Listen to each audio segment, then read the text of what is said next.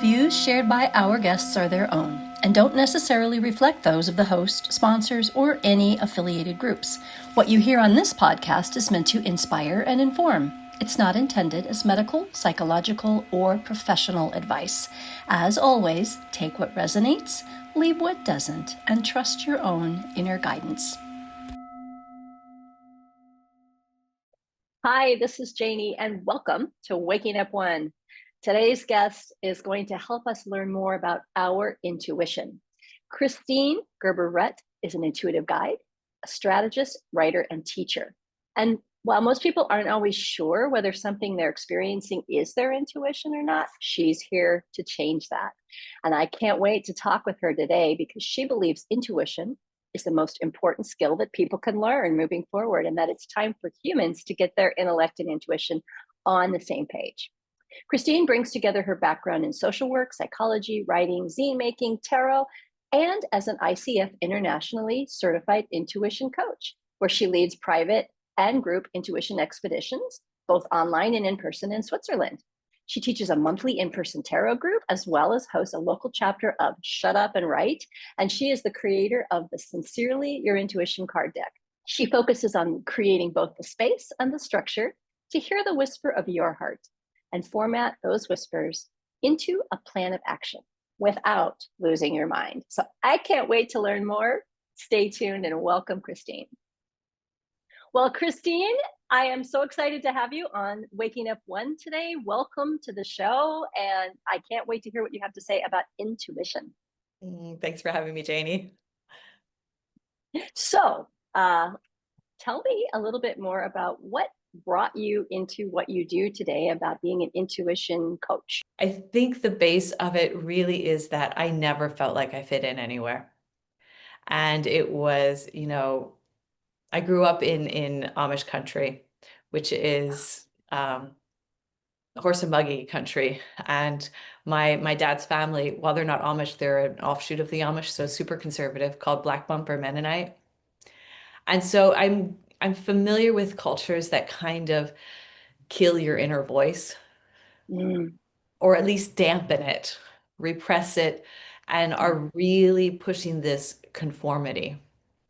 And I've lived in a lot of different cultures. I've lived in this Black Bumper, Amish, charismatic Christian culture, and lived in the Middle East in Muslim culture. Now I live in Europe. Super confining cultures, super conforming cultures. And it was only with me personally getting in touch with my own inner voice and speaking it that I was able to finally find my place, be myself. And I've then have the education and the certifications and all of that go along with that, and have learned how to do this. But really it stems from this feeling of just not feeling like what's on the inside is allowed to come out. And I think that's a problem for a lot of people. I think it's something that a lot of people face. I know I always, when I come to the chakra system, that throat chakra to me is always the one that feels the smallest, the tightest, the easiest to close off. And it's hard to speak what you need to say sometimes. I was a very, very shy child growing up too, and also grew up in a very conservative household, not quite as conservative as yours, but church was a part of my everything. Could miss school easier than I could miss church growing up. So I can relate to that. I can relate to that, getting a nudge from the mother, or the children should be seen and not heard, kind of a mindset of, and what you said had to fit in the box. If you got outside the box, that wasn't a good thing. So it's taken me a while to even be able to sort of come out of the spiritual closet, so to speak, and talk about these things publicly. I've always been my heart forever. So I am so excited to learn more about your take on intuition, because you said in your intro bio that a lot of people aren't sure. Is this intuition? What is this? How do I know? And how do you describe intuition? What is it about intuition that's helped you to understand whether it's intuition or not? Yeah, I know everyone says listen to your gut, and most people are like, yeah, but is that intuition or is that indigestion? Like, What are we talking about here? And the way I currently find the easiest way to talk about it is to make it really tangible. Intuition for me is like it's like eating soup. And if you break that down, I mean, intuition is your inner yes or no. And when you're eating soup, when you get the soup, there's a whole bunch of ingredients that go into the soup, but you can't process it until you get it inside of you. And intuition is this, you're receiving lots of information. You have to run it through your body in order to be able to know, is this my yes or my no? So the environment, of course, has a lot to do with this. But it's just, and I don't feel like I'm saying this quite as clearly as it is in my brain, so we can work with this a little bit if Sure. that's helpful. But there's this idea of somehow that intuition is magic, that it's just this poof and just appears out of thin air. But I really see it as it's gathering all of this information, being open and receptive to all this information, filtering it through your physical senses, your body, just like you would do soup. It goes through your digestive system until you can break it down into, wait, is this soup actually for my body or not? And you don't know until it's in there and you do the processing. That makes sense. And I think too, we hear all these amazing stories about people who, for them, at whatever point in time in their life, it was a poof of intuition. All of a sudden, I had a vision, or I heard a voice, or I knew right away this is what I was supposed to do, or what I was supposed to say, or, you know. But for most of us, I think you're right. It's this filtering in of coming in from everywhere. And I've heard our reticular activation system. I mean, it's like millions of things that are always bombarding us, and we already are filtering just based on our reticular activation system what we take in. So tell me more about, like, how do you filter that stuff? What do you do? Yeah, I really hear you when people often have this idea that it's just this poof. And I think one of the biggest things that most people that I work with don't recognize is that everyone has their own rhythm. Mm, And I almost call it an intuitive rhythm, although that's not entirely accurate, but there's this idea that it's a poof. But for a lot of people that I work with specifically, it's more of a roller coaster. mm, And it's like, what's your filtration system? And what's the spacing of that? So for me, it's like someone asked me to be on a podcast, and I'm like, oh, yes. And then I'm like, the next day, like, oh no, there's so much like, I don't want to do that. And it's like, oh yes, but what about this? Oh no. And so it's almost like I go through this internal ride of yes, no, yes, no. And I know this is my rhythm. So I know that my intuition is when it reaches the neutral. It's the ah, end of the ride. It's going smooth and you're like, "Oh yeah, you're like landing." That's the way it works. But before I knew that, I would get on that yes or that immediate no and be like, uh-huh. that's the intuition. Ah. But that was more like indigestion, that was like, no, that's a Yeah. reaction. Yeah. So some people do have, of course, that yes, no immediate reaction. Hmm. And it helps to know what yours is. And you know that by observation, by testing it, by tracking it. Okay. It takes That time. makes sense. That makes so much sense. And I think sometimes you might have a very hard yes or a very hard no that never changes. But you're right. A lot of things are like, oh, I'm so excited about this. I can't wait to do it. And you're like, oh, why did I say yes? And then Exactly, you're like, exactly. okay, I'm going to do it because I said yes. Now I have to do it. And then you get there and you're like, yeah, this is actually good. Or you, like you say, you balance out and you're like, I'm okay with it. I'm all right that I said yes. Or you cancel. You realize that it was a mistake and you say, all right, I'm not going to do that podcast or meet this person or whatever. So yeah, that's interesting. I like the idea of kind of the balance of Yeah. a calm. Trevor Blake talks about when he tunes in, he says when it feels right for him anyway, it's like a calm. There's Yeah. no excitement, there's no depression. It's just sort of a, yeah, it's like a smooth, calm feeling. And I think it's really important to know what your feeling is of that. And for me, I call it my neutral. It's like Mm, it can be fierce, but it's still neutral. And okay. it's a physical feeling inside of me that I know this is it. And it's different for everyone. Uh-huh. And probably different in different situations for everyone. Yeah. Yeah. So it's really hard to figure it out. You know, I think one of the most important ways, or one of the things that most people just don't get, is that it takes space and time.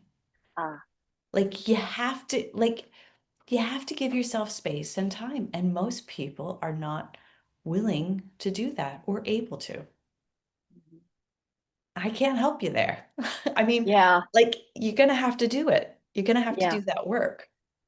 It's Sit and required. listen, be quiet. Is meditation part of your process, or do you recommend that for So people? I do not generally recommend meditation, and mostly because I think, oh, this goes off into a whole other topic, which is definitely a topic that comes up a lot when we're talking about intuition. Hmm. I find that most people benefit more from moving rather than from sitting. Oh, So you can moving meditation, for example, is much more effective. Most people, you like if you go running, hmm. maybe you don't go running, but people who go running, they'll often, like my husband, if he has to figuring out what he wants to do, he'll go running. And he'll know by the end of the run, he'll know exactly what to do. It's almost like movement that it doesn't require a lot of thought. I used to get a Exactly. lot of things come to me when I would wash the dishes. Very Exactly. strange, but Yeah. I wrote music a lot, and sometimes a whole song would come to me while I'm washing the dishes, and I'd have to stop washing the dishes and go record it or whatever. But it was that movement, that motion, and yes, and I'm a walker. I'm not a runner, but I'm a big walker, and I love to take walks and walks in nature. And it's true, a lot of times you can work things out, you can find answers to things when you're in. I always thought it was being in nature, but maybe the movement is part of it. I never thought of it that way, so thank you for bringing that up. I think they both go together. I mean, I live in a city and after dinner, I do a walk and talk. So I just go out and I just talk about what's been going on as a way to get it out of my brain. I think one of the most important things when we're talking about intuition is to get out of your brain. And anything that helps you to do that will be helpful. Mm. Nature helps you do that. Talking often helps, is one thing I use to do that. There's there's one of these intuitive rhythms. I call it an intuitive rhythm where it's the cadence of your speech that helps you Mm. understand that what your yes and your no is. So it's not exactly a rhythm, but it also is. Meditation tends to get people spinning in their brains unless they're really practiced at it. Right. And so meditation is generally not something that I would recommend. I think there's something else I want to add there. There's also something about being in nature and moving that gets you more connected to your physical body, but also to the environment that you're in. Hmm. So it almost starts this interrelational field opens up, and that allows different information to come in. Whereas if you're just kind of sitting and trying to figure something out, it tends to close people down, and that's just not helpful.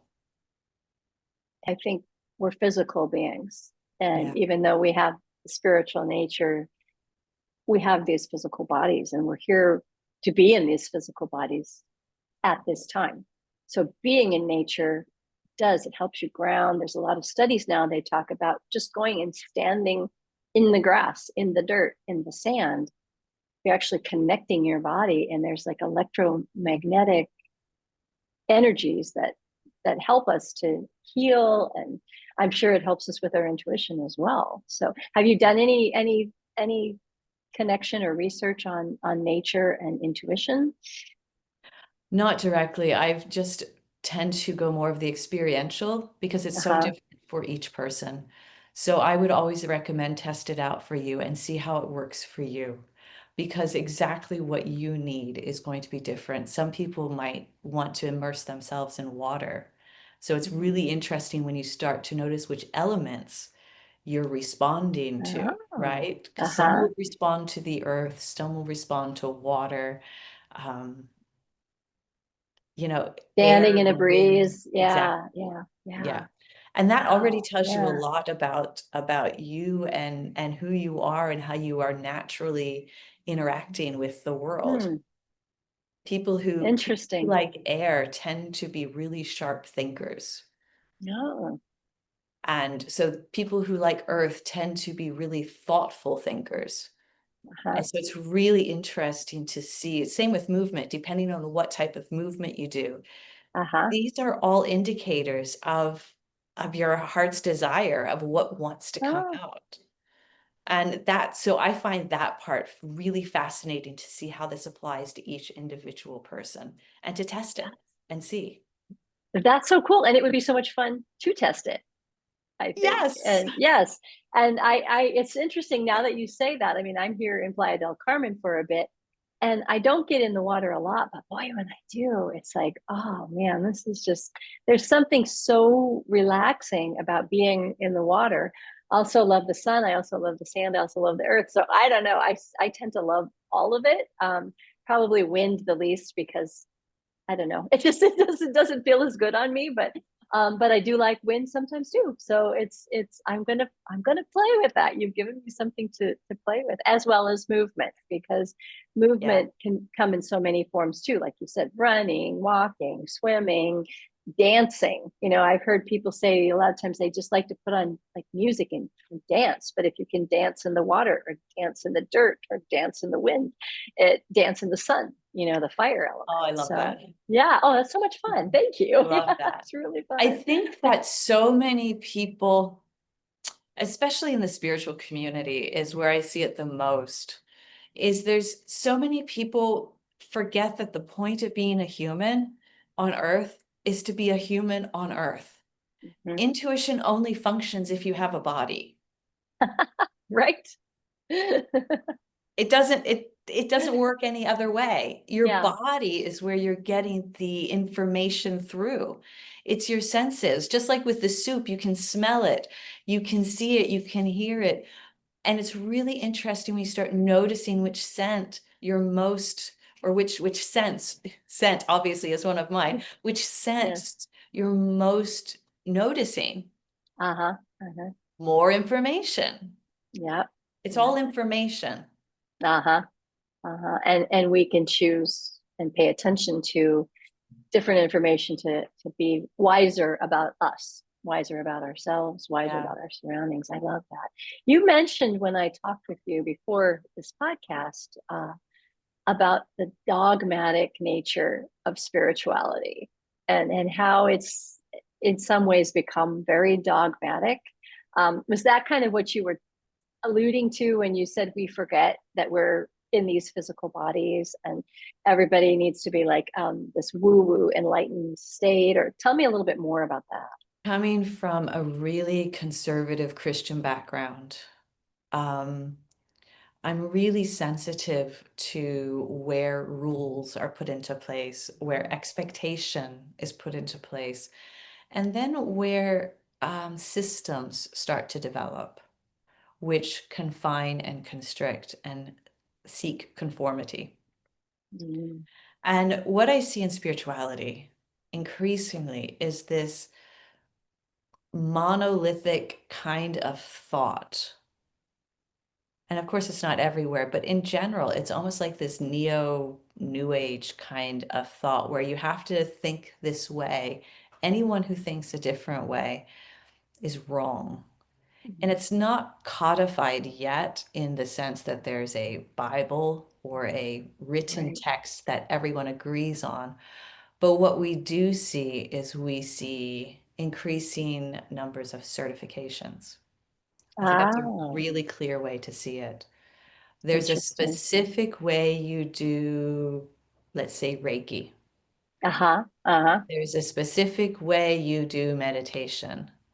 There's a specific way you do energy healing of whatever sort, whatever you're talking about. There's a Uh, specific set of beliefs which are accepted to be true. And I'm one of these people where I'm like, yeah, I think this is all a theory. uh-huh. Yes, Like, and right, it might work. So maybe, might something else. Right. Yeah. like, you got to Yeah. test it out. That's so true. And I do sound healing. I don't use the term healing. I guess I use sound journey as my phrase. A lot of people say healing, but gong bath, those sorts of things. And now suddenly there's these certifications in it. And Yeah. I grew up doing music and singing and writing and just experiencing music. And so for me, it was a very intuitive thing, as it is, I think, for a lot of people who offer that sort of experience for people. And a lot of people are really pushing back on the whole idea of certification. But there's some, I think there's a sense with the certification of, okay, I feel like I know what I'm doing, or I can share this with people and they feel more comfortable knowing what I'm doing. Like you're a certified intuitive coach. So there's benefits to it, but I like what you're saying in that maybe it's not the only way to do it. And maybe it's one way to do it. And it's a set of knowledge that you've gained that might evolve and change over time. And that's okay. It can't, it doesn't have to stay in the box necessarily. So would I that be absolutely, yeah, I accurate? absolutely Yeah. agree. I mean, Yeah. I think anytime that we're playing in the field of polar opposites, which is like certification, no certification, the truth lies somewhere in between. Mm-hmm, And mm-hmm. it's fluid. And there's absolute value in learning from um, I want to say your elders, even though that's not something I would Yeah. normally say, but learning from people who have done things before you. And people know what to watch out for. And I think Yeah. there's value in that. Oh, I love to learn from other people's mistakes rather than make them myself. Anytime I can, that's a good thing, you know. And it's same with learning something. I mean, why reinvent the wheel if the wheel rolls? So there's certain things Yeah. that are good to learn from others. I agree completely. But then I think you have to make it your own. You talk about authenticity. And I think if you stay in the box with a certification, with a thought process, with whatever it is, a lot of times it's somebody else's thought or it's somebody else's idea that maybe it fits you, but maybe it doesn't quite fit you and you need to alter it a little bit, you know, like a shirt or a hat or something that, you know, isn't quite right for your head. Yeah, I mean, we're not cookie cutters. Like we can, I don't know. When I get stuck on questions like this, or when I get caught in my head on questions like this, what I find really helpful to do is to say, how does nature do this? Mm, And I learned that from one of my mentors, Cass Phelps. And he just like, look to nature, look to nature, look to nature. How does nature do authenticity? How does nature do spirituality? How does nature do intuition? How does nature do anything? And that gives a wow. much purer, real sense of what the root of it is. Yeah, I'm thinking of a tree when you say that. You know, you can have two pine trees or two oak trees, and the pine trees have leaves and or of needles, and the oak trees have leaves, and they're similar, but they're not identical. You know, they grow in a similar shape, they use similar nutrients, but they're still, each one is unique. And that's a lot like, I mean, we're part of nature, so that's true for all of us too. Very interesting. Yeah, yeah. Have you, can you share an example of a time when you've done that to help yourself come out of a situation or find an answer? So going to nature to find my way out of a situation where I'm stuck in my mind. One thing for me has been just the being with people and in groups is very challenging for me. Even though I lead groups, I have a tarot group, I have a writing group. I always, if there's ever a problem, I'm like, let's find other people because there's surely more people that have this problem. Let's get together, find a solution. Go-to answer. But groups are very challenging. So I have had to repeatedly go back to nature to see, how does nature do this? How does nature be with other? because our society doesn't have a lot of role models that are healthy for that. Hmm. So for me, going to nature and what I see is that what happens again and again is that I think of a flower, or let's just take the trees that you said. So let's take two pine trees rather than two different oak and pine. Let's take two pine trees. And what we'll see is that when you look at trees, they're the way they are together, the environment affects that. The nutrients each of the trees gets affects that. They have their own space, they have their own strong trunk, and they have the softness on the outside. And generally, they don't get into each other's space. Generally, they're cooperative. They can still be together. And then you can see there's a whole bunch of other species that can come into that tree. And so trees are a really great example or way to look at how does nature do groups? How is a forest a group? And it can get us out of this singular or this binary thinking and really open up the possibility for what is possible. And that's where I think intuition can kind of start to nudge you like, oh, this is my way of doing a group. This is my yes. So that's how I think I would, that's the example that comes to mind right now about going to nature. No, I was just going to say I did a workshop once where I just asked people to like what do you value? What's one of your strongest values? And everyone said their value and they said, "Okay, so how does nature do that?" And that's another great way of using this nature. How does nature do success? That's cool. It's really cool to think about. Nature is amazing. I mean, when you really look at every little detail, it's incredible how it heals itself. It regenerates itself. And the trees, interesting, since we're talking about trees, the roots, there's a mycelium that connects the roots of the trees. So when one tree is dying, it it gives its nutrients to the other trees through this mycelium, and they connect with each other and they communicate with each other through this. So I, we probably have something similar to mycelium within our human community that, maybe that is intuition, maybe that's that inner knowing or that feeling when you know someone's looking at you behind your head even though you're not looking at them. I mean, there's a whole sense of sensations and wisdom that we're, I think, privy to that we don't quite understand how to access. So interesting that, and that's intuition too. I mean, it's like you're privy to it, you have to learn how to access it. So the trees have learned, what is it that we need to learn? What's our mycelium? I guess I would ask nature and ask myself, maybe ask you. So, That's a great question. And like with something like that, it's like, well, just go explore and see mhm, what comes up. Go to nature, do some research and see what comes up for you. It'll be different for each person. And I mhm. think that's the point of intuition and that so many people miss is that the point isn't just to get the information, it's to do something with it. Ah, right. Take action. We're human beings, and yes, we need to also do. So, The doing comes from the being. I mean, so mhm. much of the spiritual community is talking about, I'm just going to be. And I think that's why so many people get into meditation because Mhm. they think they can just be. They think it absolves them of any action. And it's Ah, actually the opposite. When you look yeah. at meditation in its roots, it's very action oriented. And we've Mhm. completely cut that off. Oh. Same with intuition. Take action. What's the point? Take Tell, action.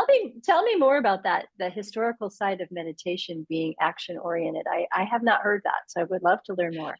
So I'm not, this isn't my field of expertise. I just had a little bit of this, read a little bit of this recently, and I don't think this is something I really want to dive into because I don't want to say it wrong.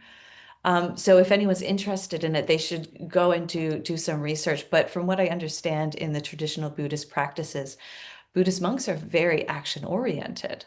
Okay. They're very much a part of a community. It's very much a doing. And Yeah, I think this is something that Okay. it's not something that I really want to get into here, because it's kind of going on a tangent that's not mine, and that's not in my knowledge base enough to, No, no worries, but but there is this that's I had understanding. not heard that before, so Yeah. that's just really interesting. So, I yeah. just remember reading that recently, about how there's been this separation. Someone talks about this a lot. I think her name is Liz Buccar. She talks about a lot of things, and I believe that's where I got it from. So I'd have to go look again to get more accurate information. Yeah.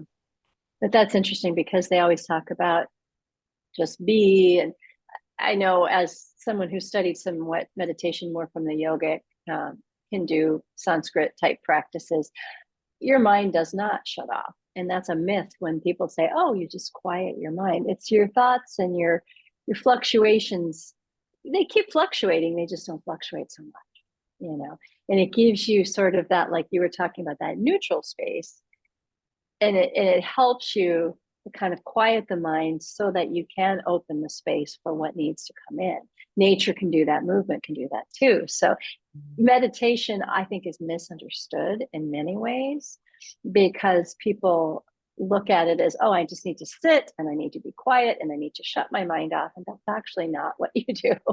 It's just like you said, taking that space Yeah. and finding that, and that can be a walk. It can be, it doesn't necessarily have to be sitting on a cushion.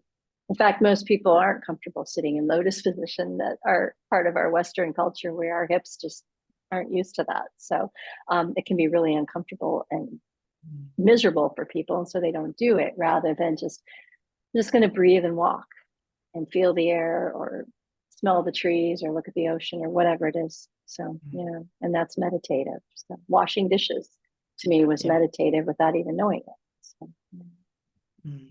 yeah. I think that's a great point of this, just going in, where are you putting your attention towards? And our thoughts are going all the time. One thing I find really helpful there is to just put my attention to my back, and I call it the back line. So, like, almost the Mhm. spine. And there's something about that that just opens me up and softens me. There's something about having that strong spine, the more strength you have, the softer you can be, because you can trust yourself.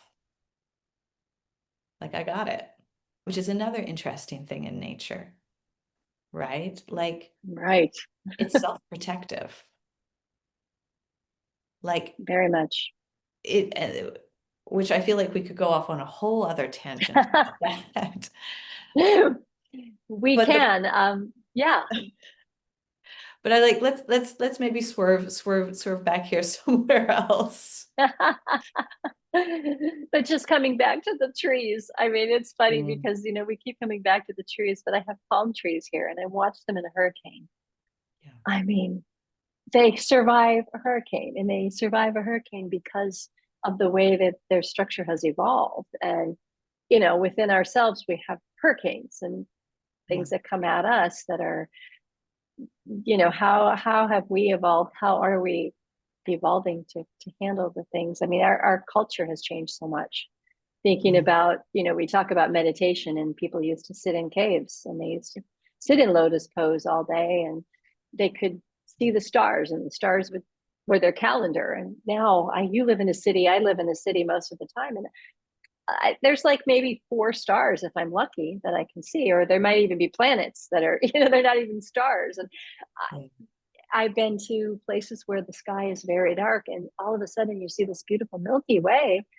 I was like, I never see that in the city. And there's some people who probably never seen it because they've never been outside of a city or outside of a place that's has light pollution, that they call it now, where the light is shining so brightly you can't even see the light above you. So yeah, I mean, I think we have to figure out, we have to be in that space.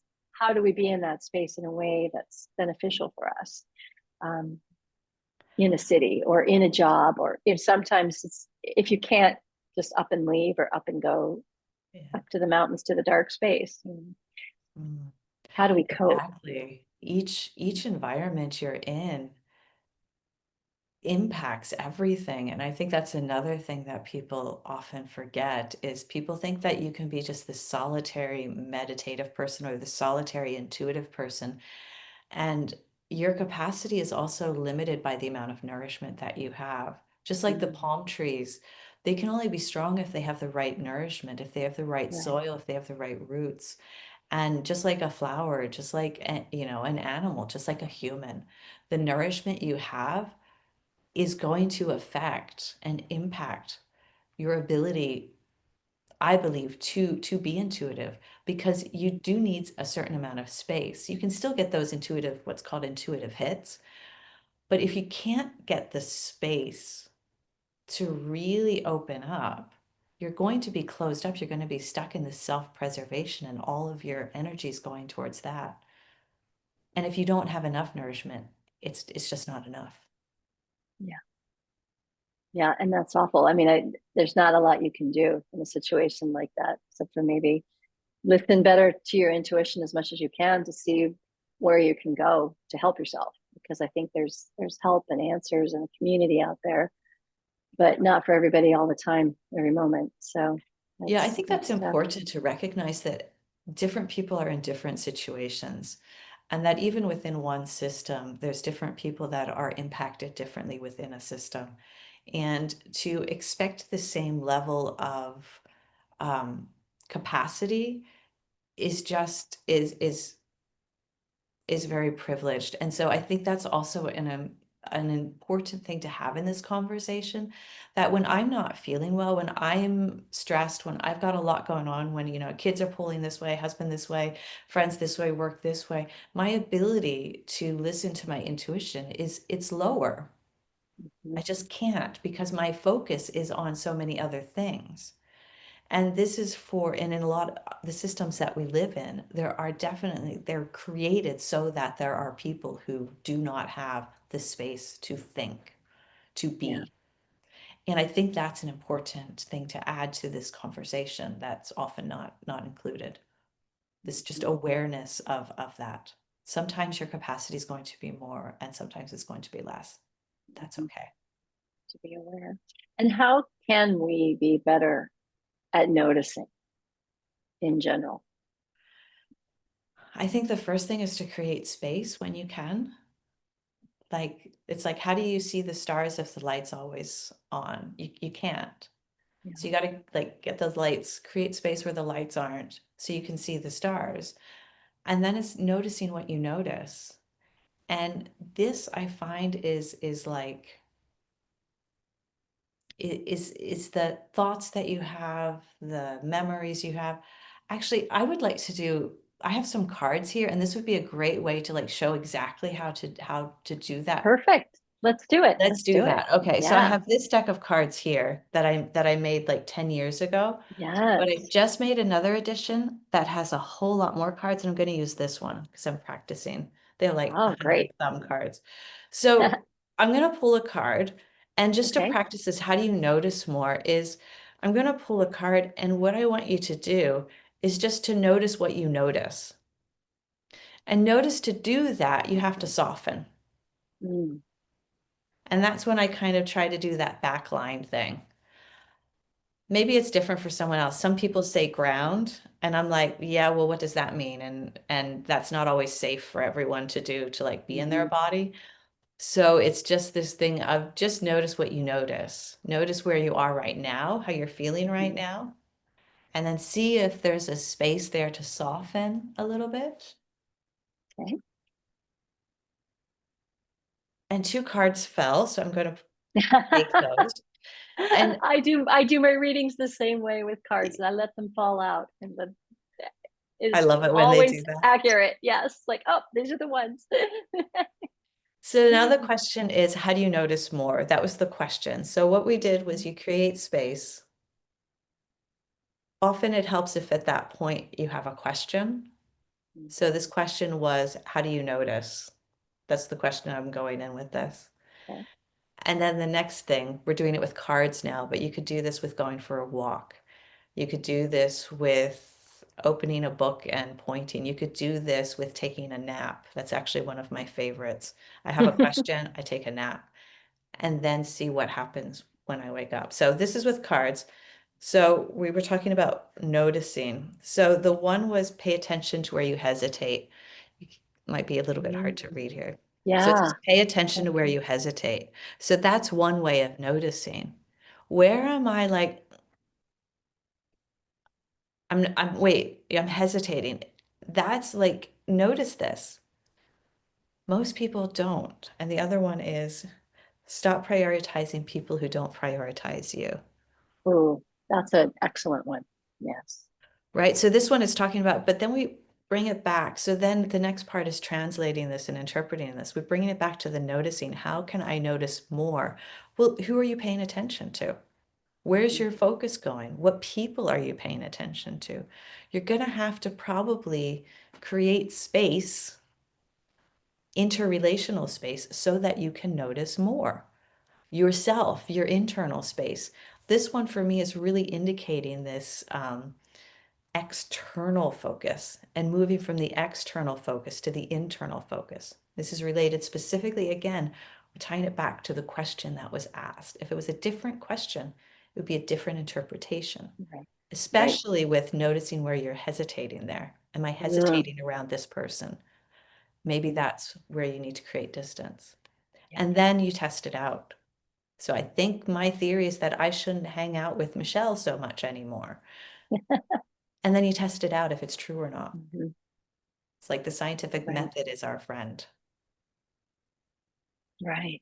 I like that. And hesitation could be fear. Hesitation could also be wisdom. So, Exactly. You're so right.